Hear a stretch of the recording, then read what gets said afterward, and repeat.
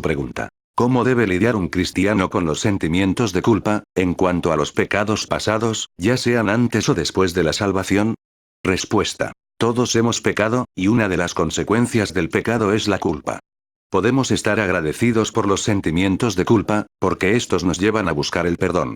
Al momento en que una persona se vuelve del pecado para poner su fe en Jesucristo, su pecado le es perdonado.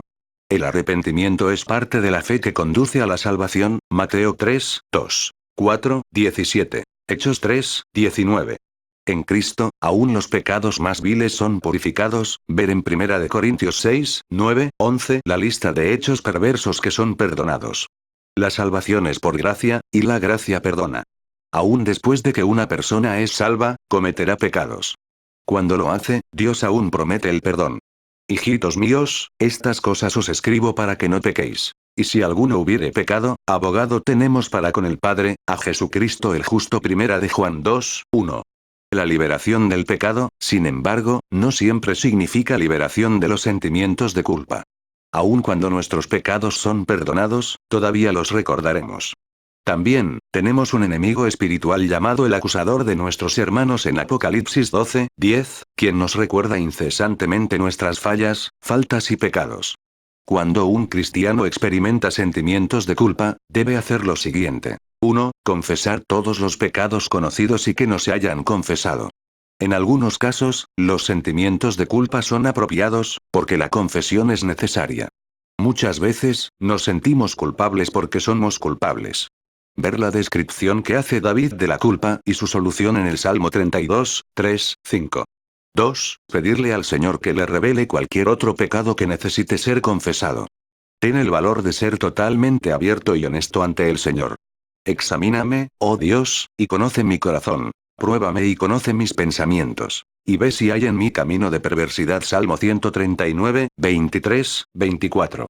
3. Confía en la promesa de Dios de que Él perdonará los pecados y quitará la culpa, basándose en la sangre de Cristo. 1 de Juan 1, 9. Salmo 85, 2. 86, 5. Romanos 8, 1.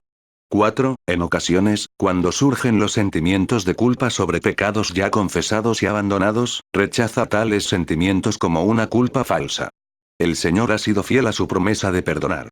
Lee y medita en el Salmo 103, 8, 12. 5. Pide al Señor que reprenda a Satanás, tu acusador, y ruégale que te restaure al gozo que procede de la libertad de la culpa. Salmo 51, 12. El Salmo 32 es un estudio muy provechoso. Aunque David había pecado terriblemente, él encontró la libertad, tanto del pecado como de los sentimientos de culpa. Él lidió con la causa de la culpa, y la realidad del perdón. El Salmo 51 es otro buen pasaje para investigar. El énfasis aquí es la confesión del pecado, cuando David ruega a Dios con un corazón lleno de culpa y dolor. Los resultados son la restauración y el gozo. Finalmente, si el pecado ha sido confesado, ha habido arrepentimiento genuino, y ha sido perdonado, entonces es tiempo de dejarlo atrás. Recuerda que nosotros que hemos venido a Cristo, hemos sido hechos nuevas criaturas en Él. De modo que si alguno está en Cristo, nueva criatura es. Las cosas viejas pasaron. He aquí todas son hechas nuevas. 2 de Corintios 5, 17. Parte de las cosas viejas que pasaron es el recuerdo de pecados pasados y la culpa que produjeron. Tristemente, algunos cristianos son propensos a sumergirse en los recuerdos de sus pecaminosas vidas pasadas, memorias que debían estar muertas y enterradas desde hace mucho. Esto no tiene sentido y es contrario a la vida cristiana victoriosa que Dios quiere para nosotros. Un dicho sabio dice, si Dios te ha salvado de una cloaca, no regreses a sumergirte y nadar en ella.